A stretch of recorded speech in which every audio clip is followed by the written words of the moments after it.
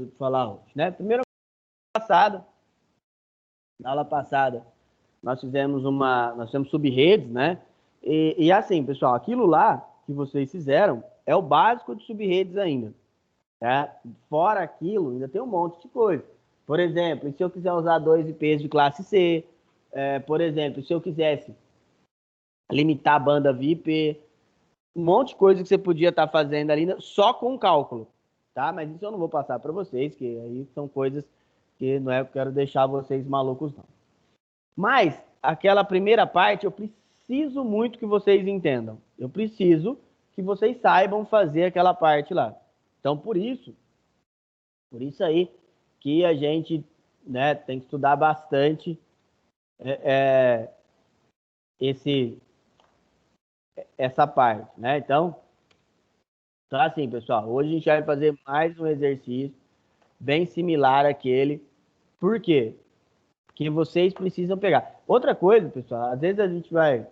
Eu sei que às vezes acaba se tornando repetitivo, né? Às vezes a gente acaba repetindo algumas coisas. Só que é o seguinte, o que vai fazer vocês pegarem o jeito, o que vai fazer vocês terem uma melhora aí é o dia a dia, tá? Então, é vocês, no dia a dia, fazendo os exercícios, vocês vão aprender. E aí, igual eu falei para vocês, a repetição vai fazer vocês ficarem cada vez melhor. Então, conforme vocês vão repetindo, conforme vocês vão aprendendo sobre a estrutura, vocês vão ficando cada vez melhores aí, principalmente no decorrer, né, da estrutura aí de aprendizagem, tá? Então, o que vai fazer vocês ficarem melhores, né, vocês irem estudando cada vez mais e tentando melhorar, tá? Então, na aula passada, aí legal, né? Aquele exercício, né? Esse exercício, inclusive, que nós vamos fazer agora, daqui a pouquinho, ele caiu na prova da Marinha, cara.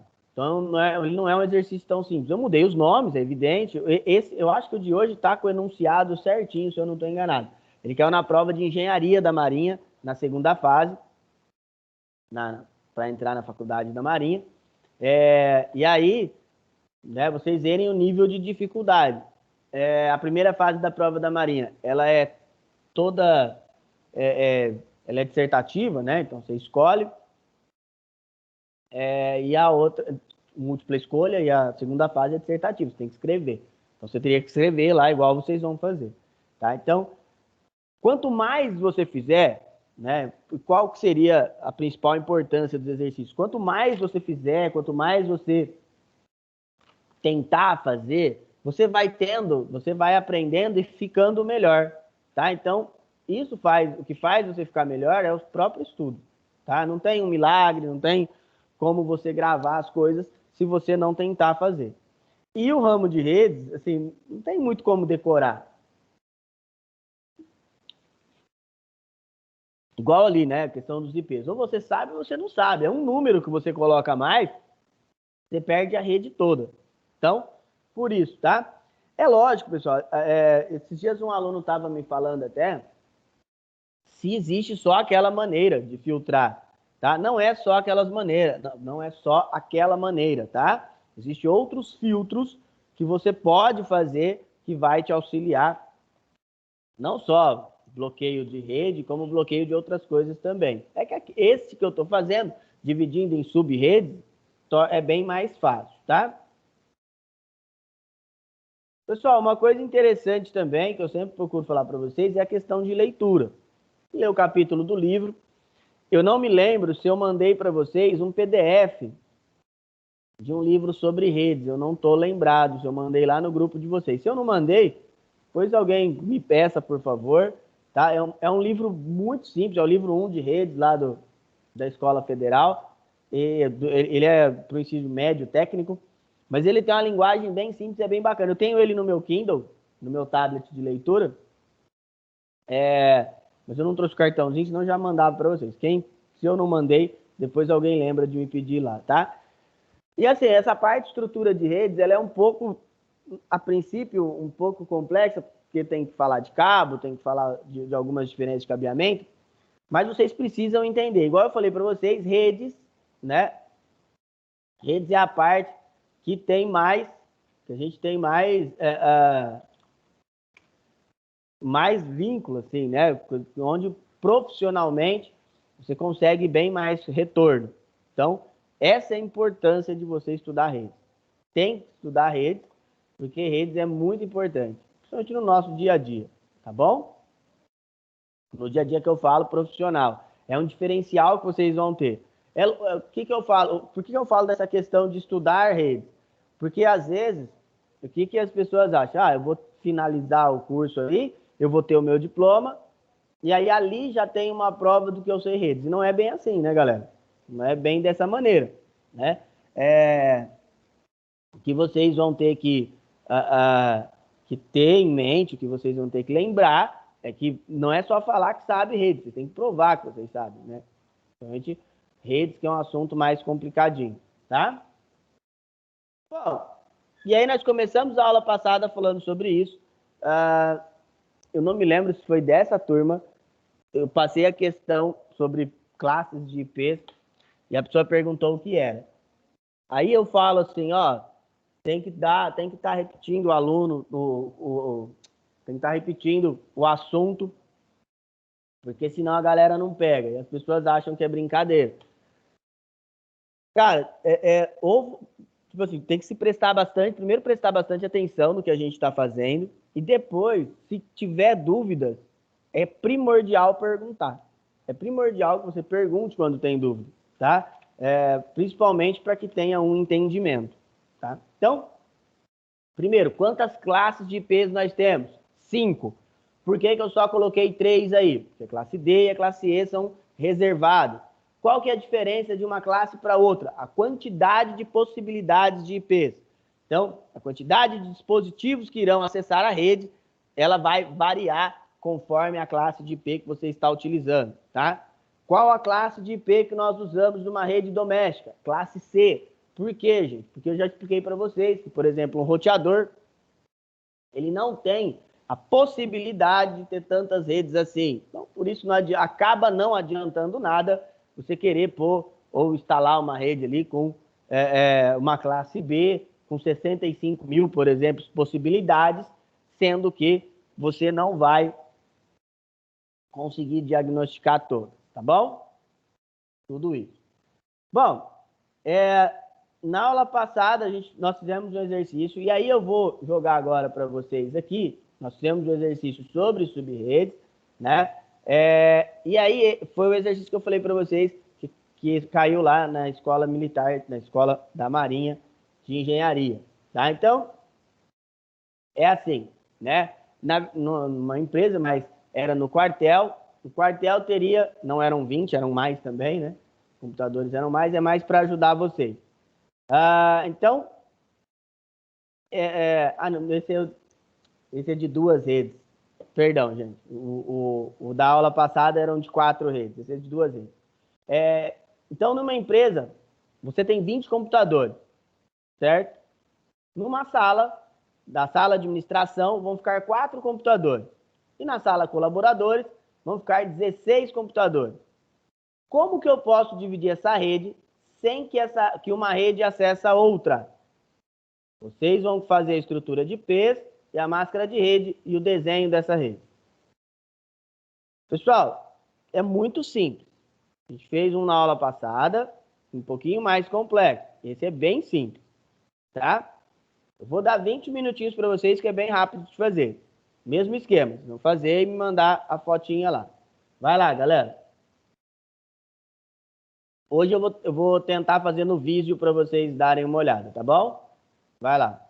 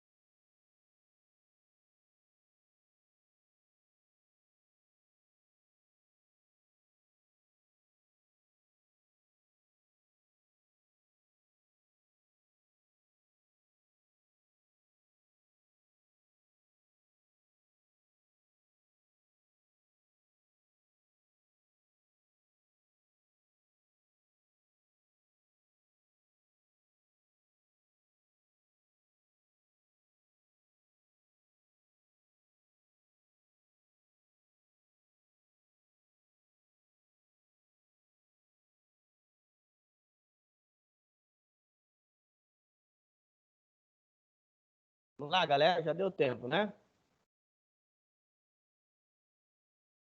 Vamos ver aqui. E os IPs, Eduardo? Vamos lá. Esqueceu de colocar os IPs, hein? Ó, vou abrir o vídeo aqui, vamos ver se fica mais fácil de entender a questão. Então, põe em branco. Então, vamos lá, pessoal. Deixa eu só... ver se eu consigo só virar aqui, ó.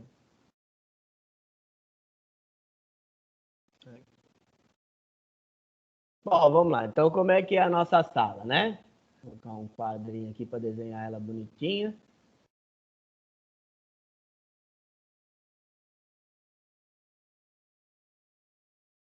Então, nossa salinha, então ela é colocar uma sala como se fosse uma recepção aqui. Né?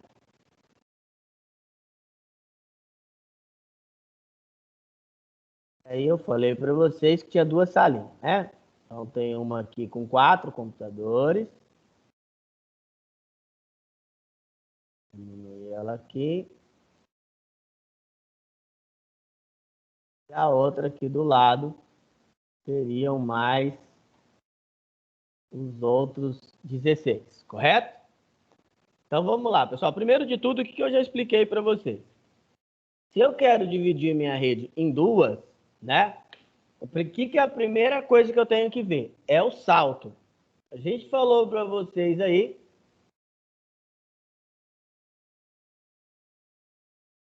né?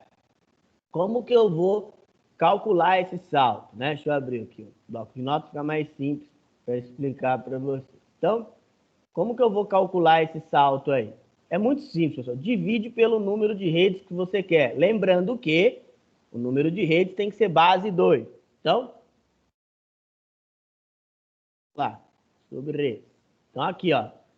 Eu vou usar um IP de classe C. Então, a minha rede, primeira coisa, eu vou colocar a minha primeira rede. Então, minha primeira rede é ponto zero, tá? E aí, qual que é a minha máscara de subrede de classe C? 255, 255, 255, 0. Por enquanto, tranquilo, tudo isso a gente sabe, tá? Como eu quero dividir em duas, uma rede A e uma rede B, primeiro eu tenho que descobrir o salto. É simples, gente. Quais são as possibilidades que eu tenho? Quantos números eu tenho de possibilidade? Sempre serão 256. Se eu quero em duas redes, serão 128 para cada uma. Aí eu tenho que fazer aquele desenho lá. Rede, hosts, broadcast.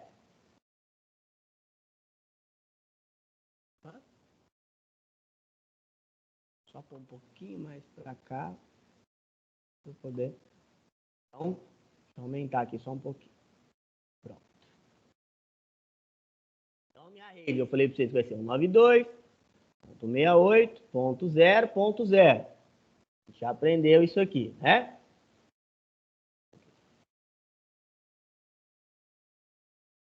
Só diminuir um pouquinho para caber. Os hosts, que faixa que eles vão usar? 92.168. Se a minha primeira é 0, o meu primeiro host é 1. E meu broadcast é o último número possível. O maior erro que eu estava pegando nos exercícios de vocês era do broadcast. Se é o meu último número possível, ele não pode ser 128, tá, pessoal? Por que ele não pode ser 128? Porque, porque eu falei que não pode, coloquei. Ele não pode ser 128 porque ele conta o zero. A gente nunca pode esquecer. Ele vai contar de 0 a 127. Aí são 128 probabilidades. E aqui embaixo, 192.168.0. Aí o último número possível é o 126, tá? Então a minha rede B, ela vai iniciar com 192.168.0.128. Meu primeiro broadcast, 192.168.0.128. 129. Meu primeiro host, perdão. O broadcast ele vai ser o último número possível, 680.255. Tá? E o meu último número possível de rede é 192.168.0.254. Tá? Então, quais cuidados nós temos que ter? Os cuidados nós temos que ter é o seguinte: o número nunca pode ser superior a 256. Ele nunca pode passar. Desculpa, 255. Ele não pode nem ser 256, né? Eu vou sempre lembrar aqui que eu tenho que mudar o meu octeto misto. Então, aqui ele teria que ser 128 para dar certo as duas redes. É só eu dividir, tá? E no desenho, como é que ficaria? Bom, aqui seria tipo uma recepção, né? Uma entrada. Eu só entrar nas minhas formas aqui.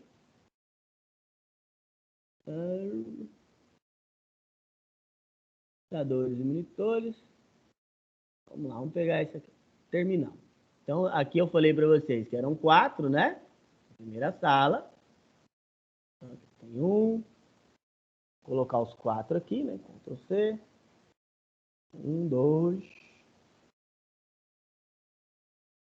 Vou colocar ele numa estrutura anel aqui. 3. 3. E 4. Então, essa seria a minha primeira rede. Certo? Como é que eu vou pôr os outros aqui também, já para a gente ficar mais fácil, né? E aqui nessa outra sala, ficaria os outros 16. Então, 1, 2, 3, 4,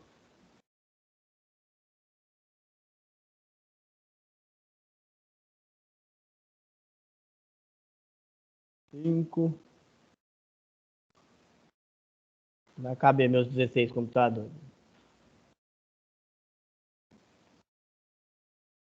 Enfim.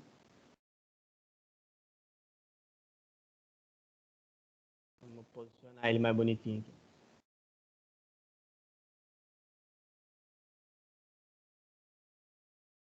Vamos posicionar aqui.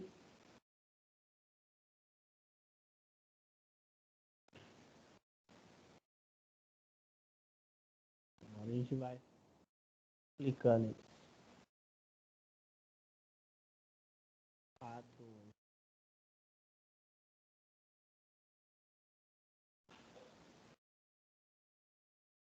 12.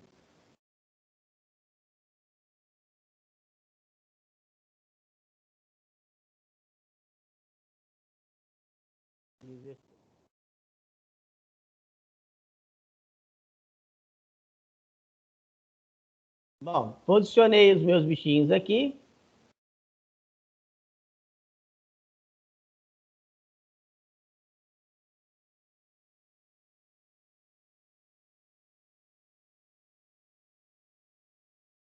Aí, ó.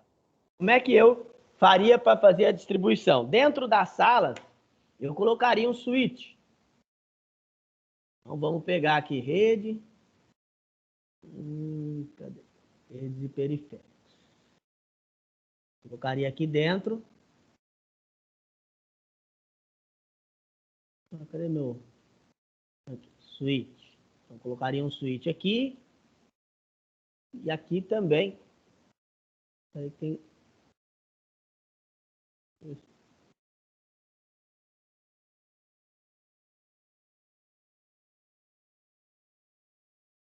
E colocaria mais um aqui. Tá? Aí gerenciaria. Cada um gerenciaria uma rede. Né? E aqui, ó. Para gerenciar tudo isso, eu colocaria um servidor aqui que faria a gerência. Então, ó, para a gente entender, nessa sala, quais IPs eles pegariam? Então, vamos lá. Vou colocar uma caixa de texto aqui. Então, nessa salinha aqui, ele poderia pegar os IPs.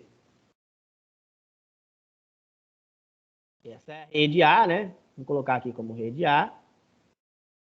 Ela ia colocar IP. O primeiro IP que ela poderia pegar. 92.168.0.1 até o IP 92.168.0.2. 0.126. Então, poderia colocar qualquer um desses aí, tá? E aqui na rede B, me sobraria os IPs.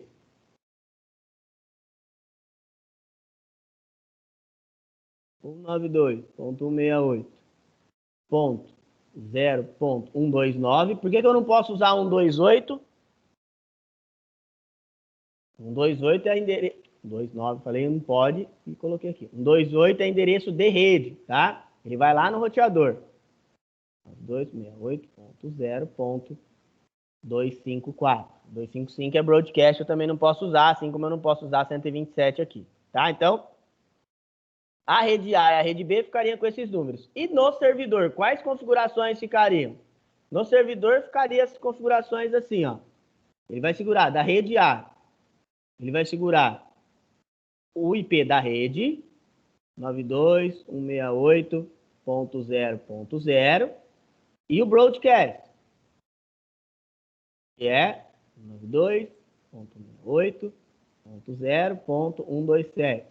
E da rede B, a rede, que é 92.168.0.128, e o broadcast da rede B, que é 92.168.0.255. Lembrando que a máscara, ela é 255.128, tá? Outra coisa que vocês têm que lembrar, pessoal, dentro dessa rede aqui, ó, eu não posso colocar IP, até pode, tá? Mas vamos pôr aqui, só para vocês gravarem, depois vocês vão aprender que tem um jeito sim. Mas se eu for fazer dessa maneira, eu não posso pôr IP dinâmico, eu não posso pôr DHCP, tá bom?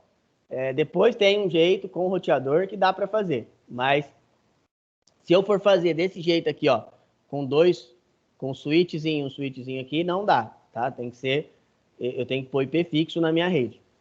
Quando são poucas possibilidades, não tem tanto problema.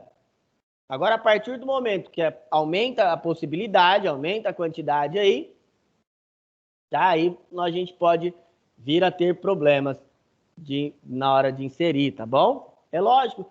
Às vezes as pessoas falam, professor, mas põe IP fixo igual aqui numa rede pequena já enche, imagina numa rede grande, né? Mas você tem que lembrar que, por exemplo, se você tiver 100 computadores na rede, você não vai ficar trocando IP toda hora. É uma vez que você vai fazer a configuração só. E também, depois, pessoal, olha como a gente fazia. Vamos supor que eu estou fazendo o mapa da rede. Eu vim aqui, ó, e colocava computador por computador o IP. Então, eu colocava aqui, por exemplo, ó, IP 192.168.0.129, vamos supor. Eu ia pondo em todas as máquinas do mapa, eu ia fazendo isso aí. Fazendo assim, você, quando tiver algum tipo de problema, você vai saber qual máquina deu problema. Então, na hora de se organizar, é bem melhor. E fora, igual eu falei para vocês, fora a segurança, que é bem maior nesses casos aqui, tá bom? Pessoal, tranquilo por enquanto essa questão de subredes? Se eu der uma prova sobre subredes e cálculos de IPs, todo mundo tira 10? Sim, né? Todo mundo top no cálculo de IPs.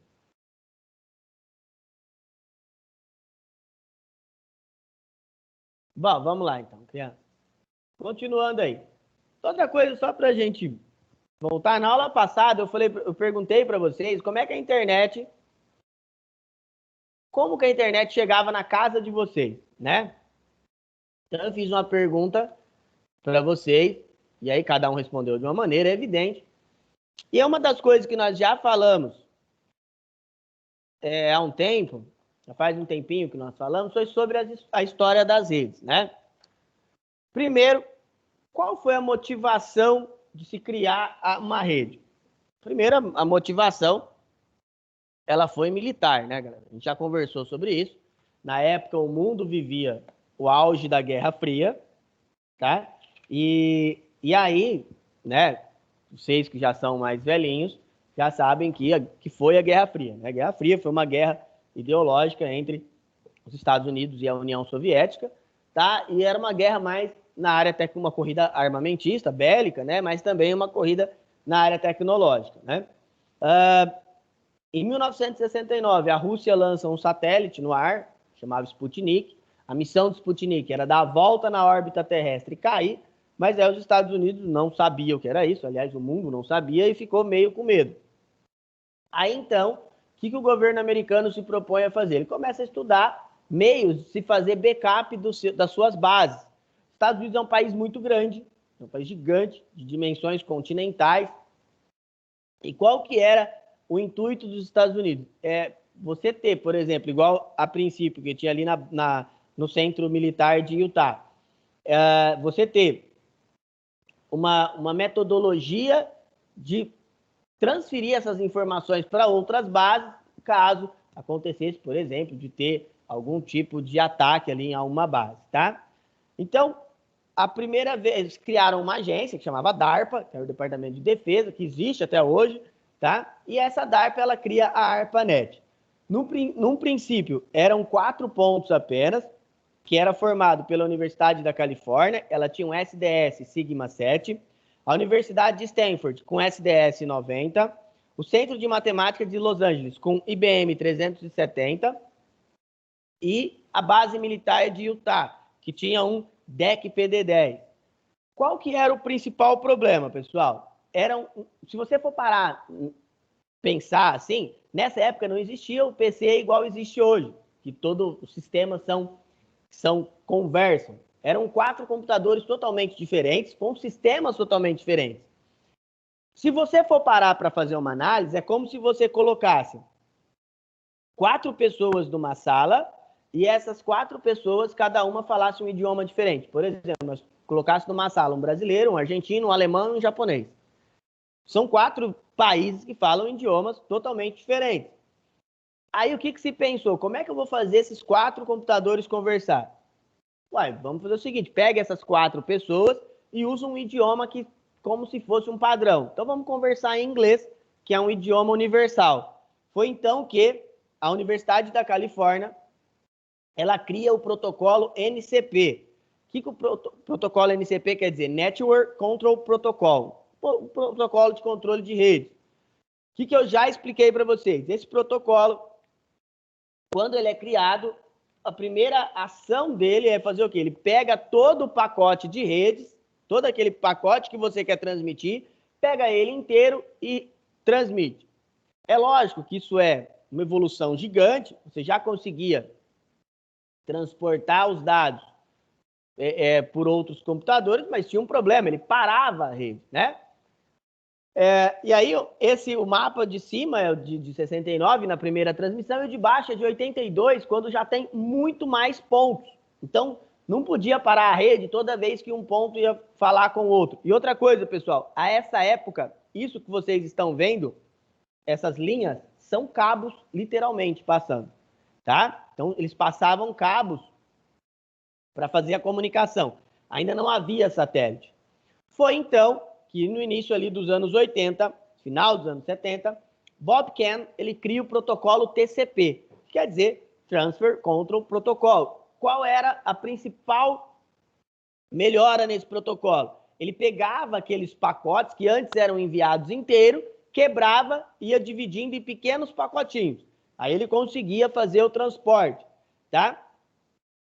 Só que o que acontece? Mesmo transferindo esses pacotes quebrados, a rede ainda tinha um problema. Ela não tinha identificação. Foi então que Vinton Cerf, ele cria o IP, que é o Internet Protocol, né? E aí esse protocolo, o IP, ele faz o quê? Ele identifica as máquinas dentro da rede. Esses pacotes, eles têm 50 anos quase, um pouquinho mais de 40, e o grau de importância deles é tão grande que nós usamos até hoje. Lógico, com alguns usos diferentes, lógico, com algumas propriedades melhores, mas nós usamos ainda até hoje, tá? Só a título de curiosidade, eu falei que é tudo cabeado aí. A primeira vez que houve uma transmissão de dados via satélite foi em 1977, uma transmissão entre Harvard e uma universidade lá da Inglaterra, tá? E aí, hoje, como é que é essa conexão? Hoje nós temos, vou pegar um site aqui, tem esse site aqui, ó, que chama Submarine Cable Map. Ele mostra todos os cabos submarinos do mundo, tá? Então, esses cabos, eles foram sendo passados, literalmente, é um navio que vai passando e vai jogando esse cabo no oceano aí, fazendo a comunicação via cabo e tornando a velocidade da nossa internet cada vez maior, tá? E aí, logicamente, os cabos, eles são passados só pelo mar. E como é que ele entra para dentro do território? Aí hoje, né, via fibra ótica, tem um balão que chama balão de dados, que também transporta para umas regiões que não tem tanto acesso, tá? E assim por diante, tá bom? Bom, mas só também a título de curiosidade, como é que era a internet antes dos anos 90, né? Antes da criação do HTML. Esse aí chama Gopher, é um programa, eu não vou chamar de navegador, porque a proposta de navegador, ela é bem diferente do que o Gopher te passa. O Gopher era um programa que ele abria basicamente texto. Ah, professor, então não dava para ver imagem na internet? Não é que não dava. Quando você queria ver uma imagem no Gopher, ele criava um link, você clicava naquele link e você baixava a imagem para sua máquina, tá? Lembrando que ela tinha que ser assim, porque nessa época a internet ela era 12 KB por segundo. Então ela era uma internet muito lenta, tá? Foi então que aí depois, em 1989, na verdade ele começa o projeto em 89, ele termina em 91, um físico, né, do laboratório de ciências nucleares da Europa, chamado Tim Berners-Lee, ele cria algumas coisas que mudaram a nossa vida. Como, por exemplo, ele cria o protocolo HTTP, ele cria o www, ele cria principalmente o HTML. E aí também ele já cria o primeiro navegador, né? Que o navegador é um interpretador de páginas HTML, tá? Bom, pessoal, o que a gente tem que entender? Como é que a internet funciona? Primeiro, você está na sua máquina, você vai requisitar alguma coisa. Você abre o seu navegador e digita alguma coisa, né? Ah, professor, mas eu não abro o navegador, eu tenho meu programa, ele faz a mesma coisa. Quando você tem lá o seu programa, tipo, o seu comunicador, seu WhatsApp, por exemplo, e você vai enviar uma mensagem, ele também vai requerer alguma coisa, tá? Então, ele vai requerer ali aquela ação. Feito isso, ele vai lá, você digitou, ele vai lá primeiro no seu modem, né? E vai começar a traçar a rota. A gente já viu isso aqui, ó. Se você entrar aqui, ó, tracer, pronto, procamp.com.br, ele vai traçar a rota para você acessar aquele site. Então, ele vai vendo qual caminho eu vou procurar, vou ter que procurar para acessar aquele site, tá? E aí, pessoal, ele vai te mostrando todo o caminho. Por exemplo, ali o site da Microcamp, ele vai primeiro, esse primeiro número é o roteador aqui da escola, é o modem, perdão, aqui da escola. Depois ele foi ali no modem, como aqui é vivo, né? Ele vai pegar o da Telesp, e aí agora ele vai caçando onde está. Então, ele vai caçar um backbone, que é o meu serviço, no nosso caso aqui é a Vivo, e aí a Vivo vai lá atrás do servidor onde está a página. E aí retorna com o que eu quero ver. O que nós precisamos lembrar? Quais aparelhos que tem no meio disso? Primeiro, nós temos um gateway. O que é o gateway, pessoal? No caso de uma rede pequena, é, por exemplo, o seu roteador. Ele é o que vai receber o sinal de rede e vai transmitir. Eu posso falar sinal de internet? Pode, não é que vai estar errado. Mas ele vai ali também, né? Se você falar só internet, quer dizer, então, que quando você está numa rede sem internet, você não tem o gateway. Isso não é muito verdade.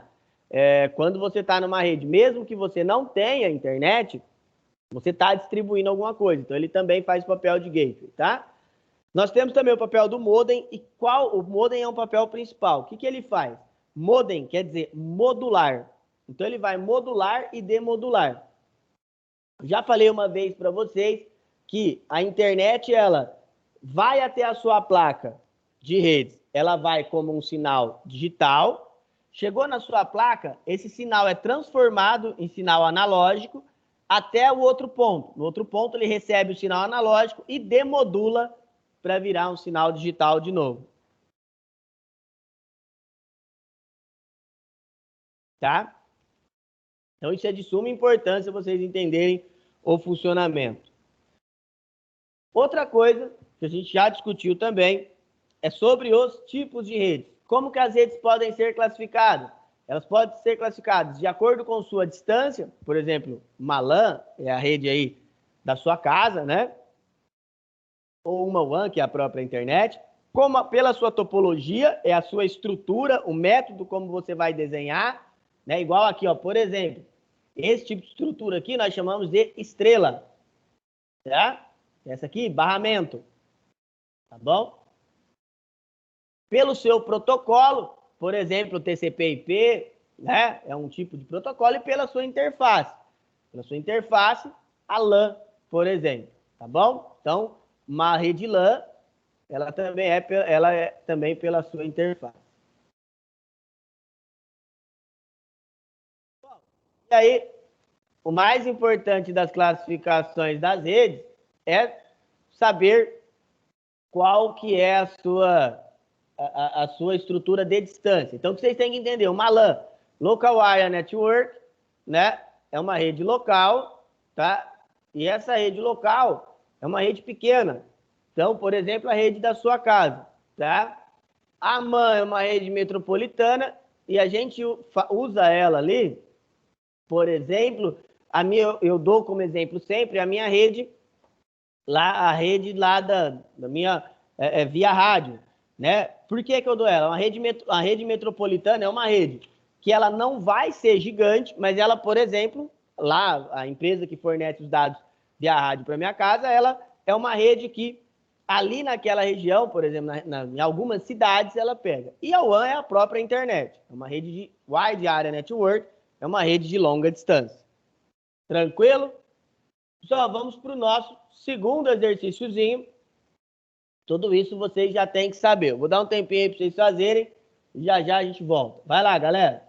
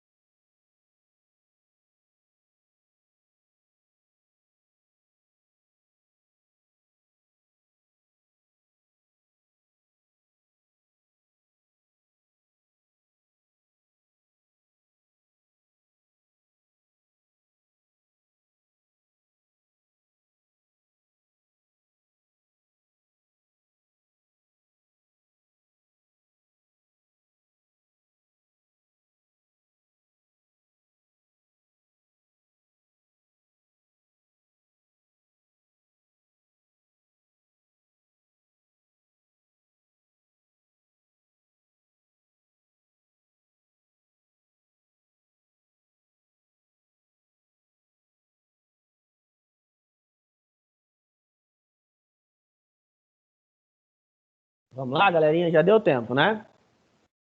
Bom, então, pessoal, uma coisa que é de suma importância é vocês fazerem os exercícios, viu?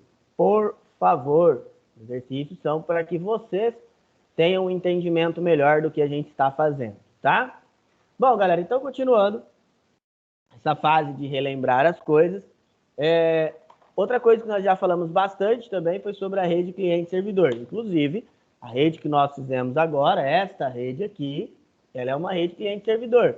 Por que ela é uma rede cliente-servidor? Porque tem um dispositivo central que vai coordenar o restante da rede, tá? Então, quando se tem ali um dispositivo que coordena o restante da rede, ele é uma rede cliente-servidor, tá?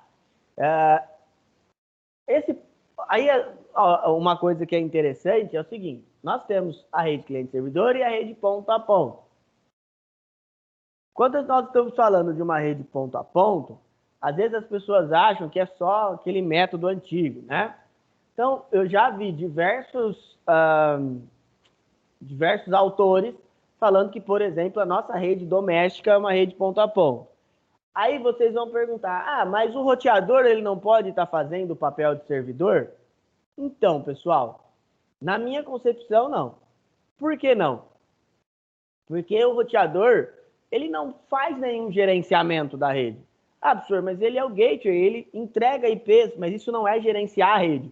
Você não armazena nada dentro dele. Grande parte deles não tem nenhum software de gerenciamento, por exemplo, de firewall, e assim por diante. Então, o roteador, ele não eu também tenho entendimento que ele não é um servidor. Então, ele não pode ser chamado de cliente-servidor. Então, lá, sua rede é ponto a ponto também, porque ele vai criando pontos de acesso. E se você não fizer nada, se você não fizer nenhuma configuração, vocês podem notar, né, caso você não faça nenhuma configuração dentro da sua rede, você pode notar que essa sua rede ali, ela vai... se você não fizer nenhum bloqueio, você pode ter acesso aos outros computadores da rede, né? Não sei se vocês já tentaram fazer isso. Tanto que quando você conecta numa rede Wi-Fi pelo Windows, o Windows te pergunta se você quer deixar seu compartilhamento aberto. Tá? Não é o ideal, né? Não ser que você conheça todas as máquinas da rede, mas não é o ideal, não. Tá, pessoal? Outra coisa que nós já falamos também foi sobre a questão dos padrões. O que quer dizer isso aí, pessoal?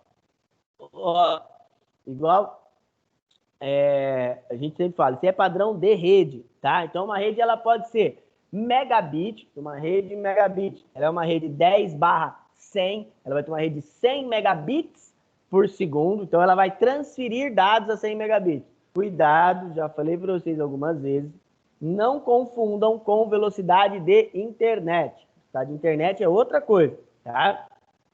Ou a rede pode ser gigabit, né? Então, a rede gigabit, ela vai ser uma rede que vai trafegar dados a 1 gigabit por segundo, tá? Então, você vai ter um tráfego de dados de 1 gigabit por segundo. Qual que é a principal diferença no meu dia a dia?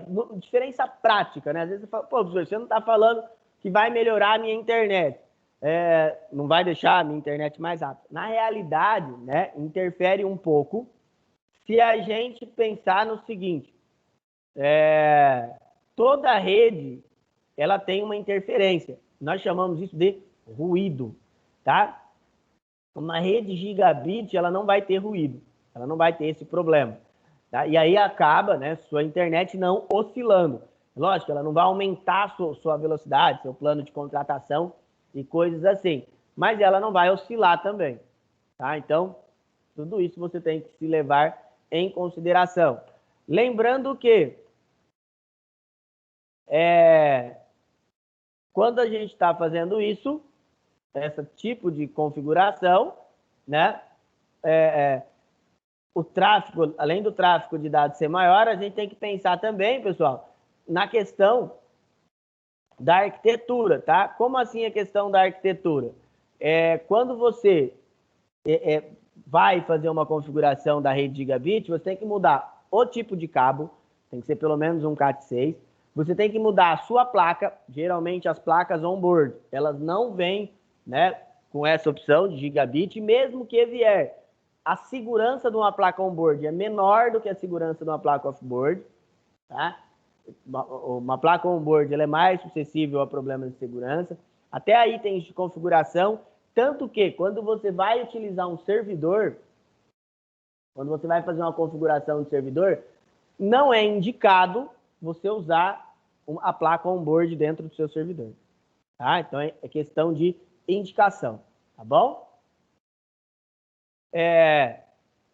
Esses dias eu até comentei, acho que cheguei a comentar com vocês, eu montei uma estrutura de redes toda gigabit, e a diferença, não só da diferença de conexão, mesmo a de internet, mas só do tráfego de um sistema que a empresa usa ali, foi gigante, tá? Pessoal, vamos para o nosso último exercício, por favor. Vai lá, mais 10 minutinhos para você.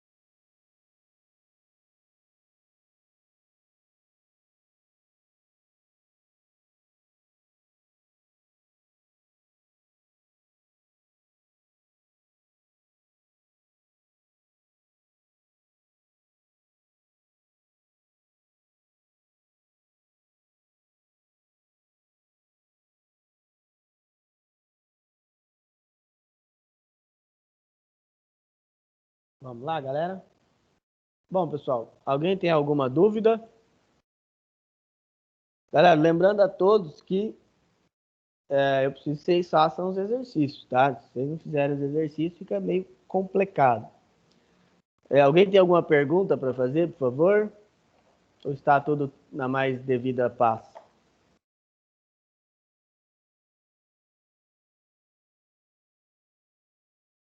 Bom, pessoal, então, lembrando, a gente ainda vai falar bastante sobre estrutura de redes, vamos falar de alguns tipos e como fazer, principalmente, falar de algumas importâncias, tá? Bom, então, semana que vem a gente continua. Eu vou deixar um pequeno exercíciozinho para vocês pensarem. Eu vou mandar lá no grupo de vocês. E é o seguinte, eu quero ver se vocês realmente pegaram o jeito da questão que nós estávamos comentando lá principalmente sobre sub-redes, tá? Então, esse exercício aí tem tudo a ver com principalmente o primeiro e o terceiro tem tudo a ver com sub-redes, tá bom? Bom, pessoal, então por hoje é só. Semana que vem a gente volta, beleza? Até mais e boa semana para vocês. Tchau, tchau, pessoal.